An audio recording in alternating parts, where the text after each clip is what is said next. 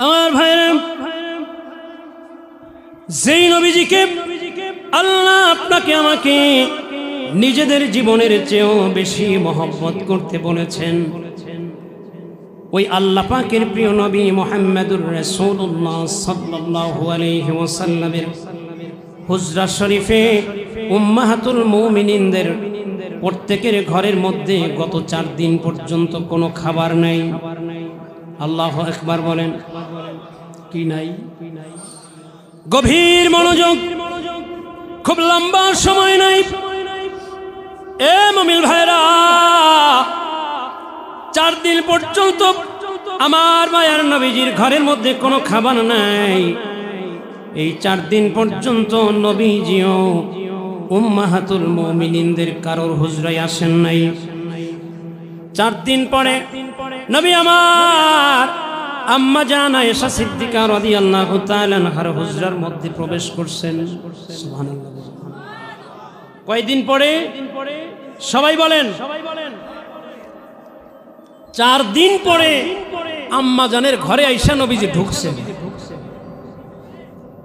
তো এই 4 দিন যদি আমাদের কারো ঘরে খাবার না থাকতো, আর 4 দিন পরে আপনি আমি যদি খালি হাতে গিয়া ঘরে ঢুকতাম, তাহলে বউ মনে হয় দরজা দেখাই আবার দরজা বন্ধ করে দিচ্ছে। মগার ঘরের মগা, 4 দিন ঘরে নাই খাবার, আসছো খালি হাতে, যা খাবার নিয়ে তারপরে আসিস, নাইলে তোরে তালাক দিয়ে চলে যাবে। বাবার বলেছে, তোর ঘরে আসছি না খাইয়ে থাকার জন্য না, বাবার ঘরে খাবারের অভাব ছিল না, এমনটা হতো। কথা বলেন ঠিক কিনা? হুজুর ঘরে ঢুকছেন। আম্মা জান আয়েশা সিদ্দিকা রাদিয়াল্লাহু তাআলা আনহা হুজুরের যথাসাধ্য সেবা শুরু করে দিলেন। সুবহানাল্লাহ।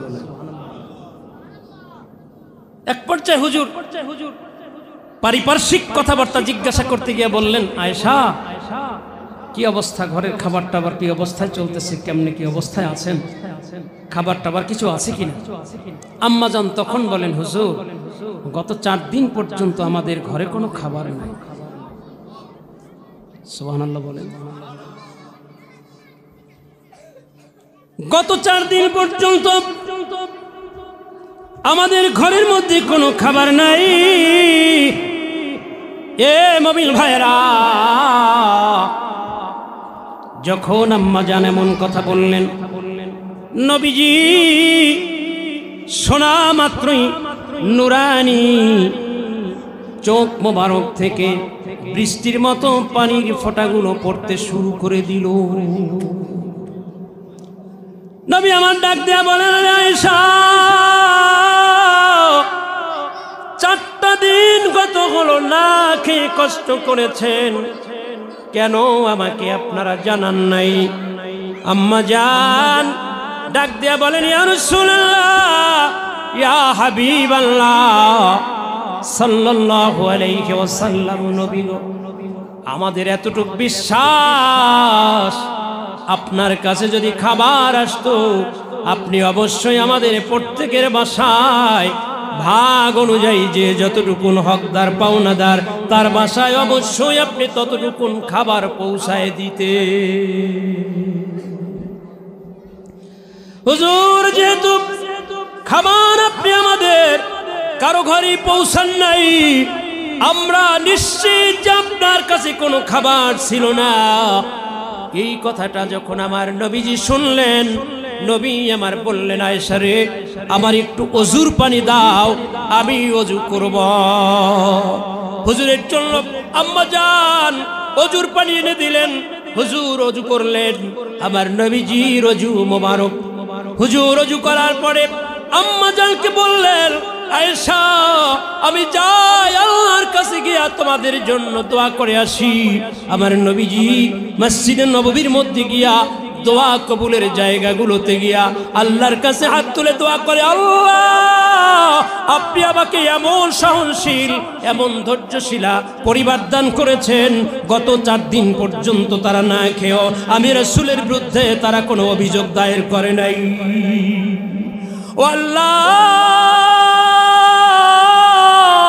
আমি আমার এই পরিবারদেরকে আপনার কুদরতি কোলে আমানত করলাম। আল্লাহ আপনি এদের জিম্মাদারিত্ব নিয়ে নেন।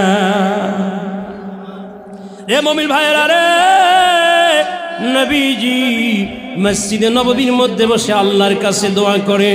এই অবস্থায় ভাইরা বিকাল বেলা হযরতে ওসমান জিন্নুরাইন রাদিয়াল্লাহু তাআলা আনহু আম্মা জান আয়েশা সিদ্দিকা রাদিয়াল্লাহু তাআলা আনহার দরজার সামনে আয়েশা ডাক দিলেন, মা দরজাটা খুলেন। আম্মা জান দরজা খুলে দিলেন, ভিতরে ঢুকলেন। ঢুইকা হযরতে ওসমান জিন্নুরাইন রাদিয়াল্লাহু তাআলা আনহু বলেন, মা আপনাদের কি অবস্থা, আপনাদের ঘরে কি অবস্থা, খাবার দাবার চলতেছে কিনা?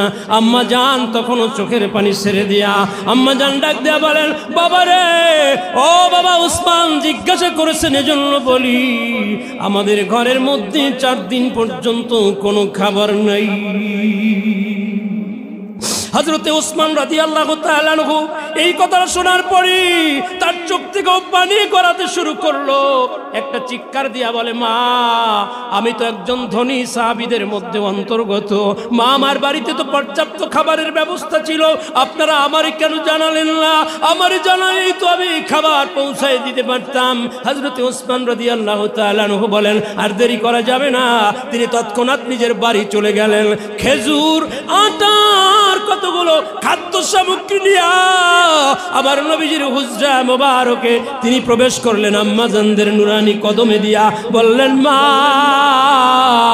এইগুলোর থেকে আপনারা কিছু খাবার গ্রহণ করেন, অল্প সময়ের মধ্যে আপনাদের জন্য আপনাদের খেদমতে ভুনা গোশত আর রুটি তৈরি করে আমি ওসমান নিজে নিয়ে আসতেছি। মুমিন ভাইরা রে,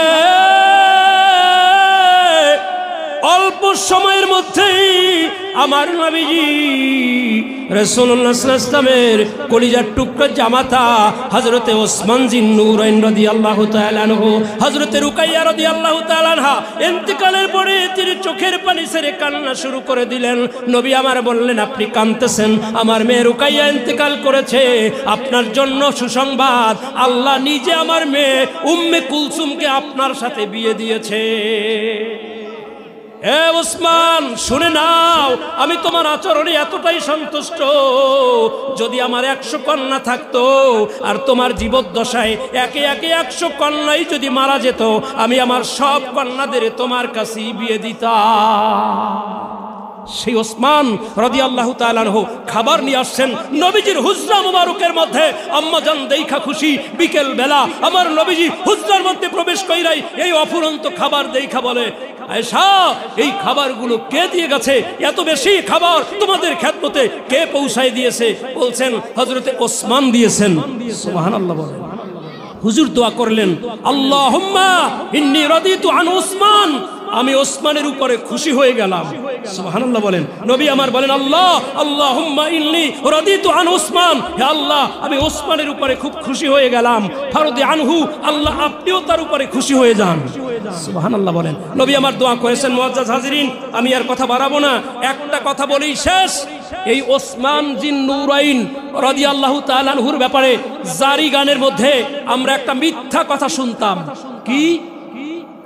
এক শ্রেণীর মানুষ একটা জারি বলতো, ওসমান রাদিয়াল্লাহু তাআলা একটা ভোজ অনুষ্ঠান করছেন, কিন্তু ফাতেমা রাদিয়াল্লাহু তাআলা আনহা গরিব, তার ঘরে দারিদ্রতা, তাদের পোশাক আশাক এগুলো খুব ভালো মানের না, নরমাল পোশাক ব্যবহার করেন বলে ইমাম হাসান হুসাইন দুইজন গরিব ঘরের সন্তান, এদেরকে যদি দাওয়াত দেয় সিরা পোশাক পয়রা অনুষ্ঠানে আসলে অনুষ্ঠানের ইজ্জত নষ্ট হয়ে যাবে, এই জন্য নাকি হযরতে ওসমান রাদিয়াল্লাহু তাআলা আনহু তাদেরকে দাওয়াত দেন নাই। আর দাওয়াত না দেওয়ার কারণে ওসমান রাদিয়াল্লাহু তাআলা আনহুর বাড়ির সেই ভোজ সবার সব খাবার নাকি ছাই হইয়া গিয়েছিল।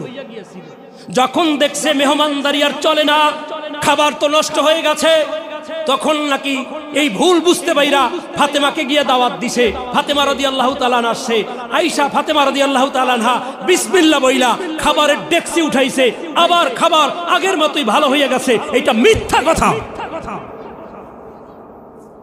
ওসমান রাদিয়াল্লাহু তাআলা আনহুর মতো মানুষ ফাতেমাকে বাদ দিয়া, ইমাম হাসান হোসেনকে বাদ দিয়া তার বাড়িতে বিশাল অনুষ্ঠান করেছেন। মিথ্যা কথা এটা, এটা শয়তান বিশ্বাস করবে না।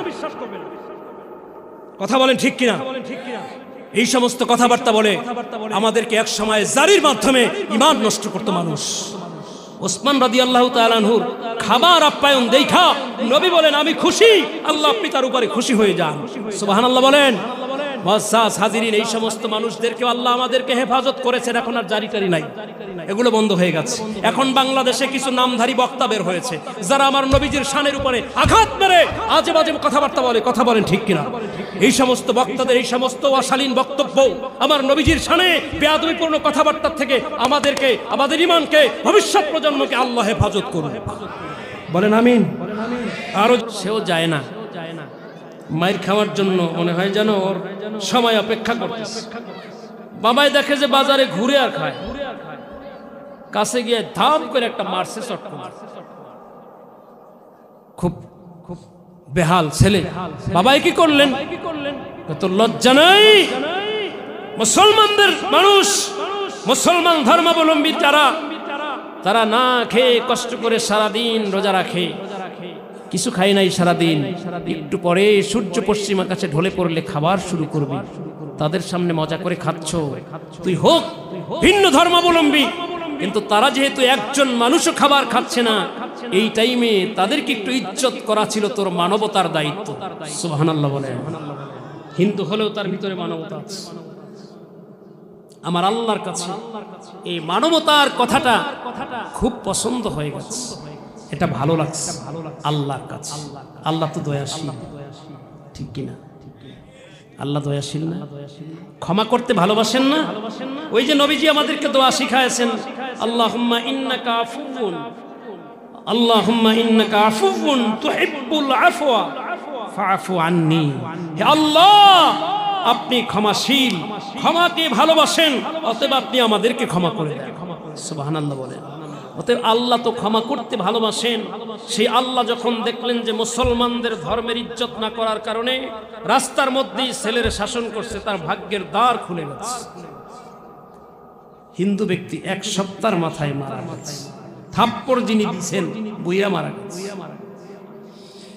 সেই সমাজের প্রসিদ্ধ একজন আলেম স্বপ্নে রাতে দেখে ওই হিন্দু ব্যক্তি কালেমাও পড়ে নাই, মুসলমান হয় নাই, জীবনে এক ওয়াক্ত নামাজ ও জামাতে সে মসজিদে আদায় করে নাই।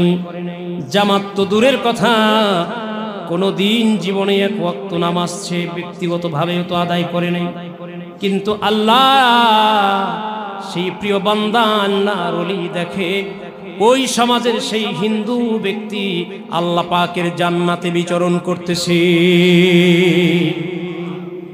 রে মুমিন ভাইরা, ওই সমাজের সেই আল্লাহ বুজুর্গ আলেম স্বপ্নের মধ্যে তাকে জিজ্ঞাসা করে, ভাই আপনার বাড়ি না অমুক জায়গায়? কয় জি। আপনি না ধর্মে হিন্দু ছিলেন? কয় জি। কয় তাইলে আপনি কেমনে জান্নাতে আসলেন? আপনি তো কালেমা পড়েন নাই, মুসলমান হন নাই, আপনি তো আমাদের সাথে মসজিদে নামাজ আদায় করেন নাই, আপনি কিভাবে জান্নাত লাভ করলেন? দয়া করে একটু বলেন। এই কথা বলার পরে সেই হিন্দু ভদ্রলোক তৎক্ষণাৎ বলে উঠল, শোনেন, আমি আপনাদের মুসলমানদের ধর্মে আপনারা যে রোজা রাখেন, এক মাস রোজা রাখা আপনাদের রব, আপনাদের সৃষ্টিকর্তা আল্লাহ আপনাদের জন্য ফরজ করেছেন। এইটা আমাদের জন্য আমাদের ধর্মের বিধান অনুযায়ী বানানো ধর্ম, মন গড়া ধর্ম হলেও আমাদের ধর্মের মধ্যে রমজান মাসের রোজা তো আর ফরজ না। কিন্তু আপনাদের ধর্মাবলম্বী মানুষরা আসরের নামাজের পরে মাগরিবের নামাজের আগ মুহূর্তে ইফতার কিনতে যখন বাজারে আসছে, আমার ছেলে হিন্দু ধর্মাবলম্বী ছেলে বাজার থেকে পেঁয়াজু কিনে মুখে দিয়ে খুব মজা করে খাচ্ছিল। আমি বাবা হিন্দু হলেও মুসলমানদের ধর্মের এই বিধান আমল করার সময়ে ছেলের এই বদ খাসরত দেখা মানতে পারি নাই, ছেলের একটা থাপ্পড় মেরেছিলাম। আল্লাহর কাছে আমলটা খুব ভালো লেগেছে, যেই কারণে আল্লাহ আমাকে ক্ষমা করে জান্নাত দিয়ে দিয়েছে। এই রমজান মাস রোজা আমাদের সামনে আসতেছে, কথা বলেন ঠিক কিনা? আমার ভাইরা, যাকাত দিবেন। আর আপনাদের জন্য যাদের হজ ফরজ হয়েছে, মনে মনে চিন্তা করেন এবছর যাবেন, এক বছর পরে যাই, আগামী বছর যাই, তার পরের বছর যাই, এমনি করতে করতে দেখা যায় যে আর হজ হয় না, লোকটা মারা গেছে। হয় না? বলেন হয় না? হজের আর সুযোগ হয় না, লোকটা মারা যায়, লোকটা দুনিয়ার থেকে চলে যায়। অতএব আপনার হজ যে বছর ফরজ হয়েছে, আপনি সে বছরই হজ আদায় করে নেন। নতুবা নবীজি বলে দিয়েছেন, যদি কেউ হজ ফরজ হলো অথচ যে হজ আদায় না করে মরে গেল, সে ইহুদি অথবা খ্রিস্টান হয়ে যাক মারা, এতে আল্লাহ এবং আল্লাহর রাসূলের কোনো দায়বদ্ধতা থাকে না। হজ ফরজ সে বছর আদায় করে। আল্লাহ যেন আমাদের সকলকে যে বছর হজ হয়েছে সেই বছরই হজ আদায়ের তৌফিক দেন, বলেন আমিন। মুআজ্জাজ হাজিরিন, অনেক বিষয় এরপরে আবার এখানে উল্লেখ করা হয়েছে মাতা পিতা এবং সন্তানের হক। মাতা পিতা খেদমত করবেন, এটা আল্লাহ ফরজ করেছেন।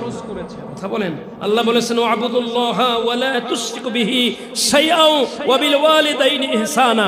আল্লাহ নিজের ইবাদতের পরে আল্লাহ পাক রব্বুল আলামিন মাতা পিতার হকের কথা বলেছেন। কাজী মাতা পিতার সেবা করবেন, জান্নাতে যাওয়া যাবে। নবী বলছেন আল জান্নাতু তাহতা আকদামিল উম্মাহাত। মাতা পিতার খেদমত করবেন, মাতা পিতার খেদমতের মাধ্যমে যদি মাতা পিতা আপনার উপরে সন্তুষ্ট হন, তাহলে আপনি জান্নাতে চলে যাবেন। নবীজি বলছেন রিদর রব্বি ফি রিদল ওয়ালিদাইন ওয়া সাখাতুর রব্বি ফি সাখাতিল ওয়ালিদাইন। আর সন্তান যদি আপনার ঘরে জন্মগ্রহণ করে, তার উপরে আপনি বাবা হিসেবে আপনার দায়িত্ব আছে সন্তানের একটা ভালো নাম রাখা। কি করা? বলেন কি করা? সন্তানের ভালো একটা নাম রাখা, এটা আপনি বাবা হিসেবে আপনার দায়িত্ব। এরপরে আপনি বাবা হিসেবে আপনার দায়িত্ব হলো সন্তানের 7 দিন যখন পূর্ণ হবে, 7ম দিনে তার আকিকা দেয়া। কি দেয়া? বলেন আকিকা দেয়া। এরপরে এই সন্তান যখন 7 বছর বয়সে উপনীত হবে, তখন আপনি তাকে নামাজের জন্য আস্তে আস্তে তাগাদা দিবেন, নামাজ শিক্ষা দিবেন। 9 বছর, 10 বছর, 11 বছর হয়ে গেছে, এরপরে যদি দেখেন যে না নামাজ পড়ে না, তখন শান্তিং দিবেন। প্রয়োজনে যা ব্যবস্থা নেওয়া লাগে সেই ব্যবস্থা নিয়ে সন্তানদেরকে নামাজি করার চেষ্টা করবেন। আল্লাহ আমাদের সন্তানদেরকে, আমরা বাবা হিসেবে আমরা যেন আমাদের সন্তানদেরকে নামাজ, রোজা, ইবাদত, বন্দেগী, ভালো কাজ এগুলোর মধ্যে সম্পৃক্ত রাখতে পারি। আল্লাহ যেন সেই তৌফিক দেন, বলেন আমিন। স্বামী স্ত্রীর হকের কথাও এতগুলো বিষয়, এর এক একটা বিষয় আগেই বলেছি, কমপক্ষে আধা ঘন্টা পরিমাণ কথা বললে তাহলে কিছু বুঝতে দেওয়া যেত। দীর্ঘ সময় না হলে এতগুলো বিষয়ে কথা বলা সম্ভব না। আপনারা যারা আলোচনা না করেন, শুনেন যারা, তারাও বুঝতে পারতেছেন যে এতগুলো বিষয়ের উপরে কথা বলতে হলে দীর্ঘ সময় দরকার। কথা বলেন ঠিক কিনা? তো মুআজ্জাজ হাজিরিন, তো আমরা আরেকটা বিষয় পেলাম যে স্বামী স্ত্রী অর্থাৎ যারা বিয়ে করে, স্ত্রীর প্রতি আপনার হক আছে, আপনার প্রতি স্ত্রীর হক আছে। তাকে আপনি পরিপূর্ণ তার কি কোথায় প্রয়োজন এগুলো আপনি দেখাশোনা করবেন। নারীদেরকে, আম্মাজানদেরকে বলতেছি, নবী আমার স্পষ্ট ভাষায় বলে গিয়েছেন, আল্লাহর পরে পৃথিবীতে যদি কোনো মানুষদেরকে বলা হতো যে তোমরা সেজদা করো, তাহলে স্বামীকে লক্ষ্য করে স্ত্রীদেরকে বলা হতো তোমরা তোমাদের স্বামীকে লক্ষ্য করে সেজদা দাও। অর্থাৎ এইটা দিয়ে মর্যাদা বোঝানো হয়েছে, স্বামীদের মর্যাদা স্ত্রীদের কাছে অনেক বেশি। সুবহানাল্লাহ। তার মানে আবার এই না যে আপনার কর্তৃত্ব তাদের উপরে আল্লাহ করায় দিয়েছেন, এজন্য সব সময় তাদেরকে শাসন কইরা অত্যাচার, নিপীড়ন, নির্যাতনের শিকার করে রাখবেন, এটা নয়। বরং তাদের অধিকার আছে, মা বাবা, ভাই বোন, সমস্ত আত্মীয় স্বজন সাইরা আপনার হাত ধইরা ওই মায়ের ভালোবাসা, বাবার ভালোবাসা, ভাই বোনদের সেই বন্ধুত্ব সুলভ পরিবেশ থেকে আপনি একা একটা ব্যক্তির হাত ধরে একটা ভিন্ন পরিবেশ থেকে আপনার ঘরে চলে আসছেন। এখন এই ঘরের ভিতরে সবচেয়ে আপন বন্ধু হলেন আপনি তাকে যদি ভালো করেন, তার সাথে সঙ্গ না দেন, তাহলে মানুষটা নিরুপায়। কথা বলেন ঠিক কিনা? এজন্য স্ত্রীর ভালোবাসা স্ত্রীর জন্য, মা বাবার পাওনা মা বাবার জন্য। মা বাবারটা আর স্ত্রীরটা দুইটা এক করা যাবে না। মা বাবার মর্যাদা সবার উপর। কথা বলেন, মা বাবার মর্যাদা ঠিক রাখা স্ত্রীর পাওনা ঠিক মতো বুঝাই দিতে হবে। তার মানে মা বাবার মর্যাদাটা বাদ দিয়া বউরে পাইলে আবার বউরে নিয়া আলাদা থাইকা মা বাবারে না খাওয়ায়া কষ্ট দেয়া যাবে, তাইলে জাহান্নামের ভিতরে বুঝেন তো। আল্লাহ এর থেকে আমাদেরকে হেফাজত করুন, বলেন আমিন। মানুষের সাথে ব্যবহার আচরণ ভালো করবেন, হালাল খাবার খাবেন। অনেক বিষয়, প্রত্যেকটা বিষয় আগেই বলেছি, এগুলোর প্রতি কথা বললে অনেক লম্বা সময়। আপনাদের সকলকে বলতেছি, হালাল খাবার খাবেন। কি খাবেন? হারাম খাবেন না। ইবাদতের ক্ষেত্রে 10 দিরহামে একটা কাপড় কিনেছেন, এই 10 দিরহামের মধ্যে 9টা দিরহাম যদি ভালো থাকে, পবিত্র থাকে, একটা মাত্র অপবিত্র, হারাম।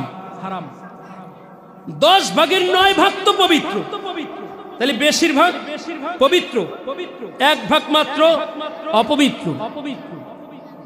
এক কলসি দুধের ভিতরে গরুর চেনা পেশাব 1 ফোঁটা পড়লে এই 1 কলসি দুধ পবিত্র থাকে না অপবিত্র হয়? এইটা দিয়েই সহজে বুঝে নেন। আপনি অনেক বেশি টাকা দিয়ে ভালো একটা লুঙ্গি কিনছেন, এর ভিতরে মনে করেন 10,000 টাকায় কিনছেন, 10,000 টাকার 9,000 টাকা আপনার কষ্টে অর্জিত, 1,000 টাকা আপনি আর এক ব্যক্তির গাছ থেকে 1.5 কুড়ি নারিকেল পাইরা এটা চুরি কইরা বিক্রি করছেন, তাতে জমা হয়েছে 1,000 টাকা। অথবা সুপারি চুরি করছেন একবারই, ওই সুপারি চুরি কিনা এইটার বাজারে বিক্রি কইরা তার থেকে নিছেন 1,000 টাকা। 9-এর সাথে আর 10 মিলায় 10,000 টাকার একটা লুঙ্গি কিনছেন, অথবা ভালো দামের একটা শাল কিনছেন।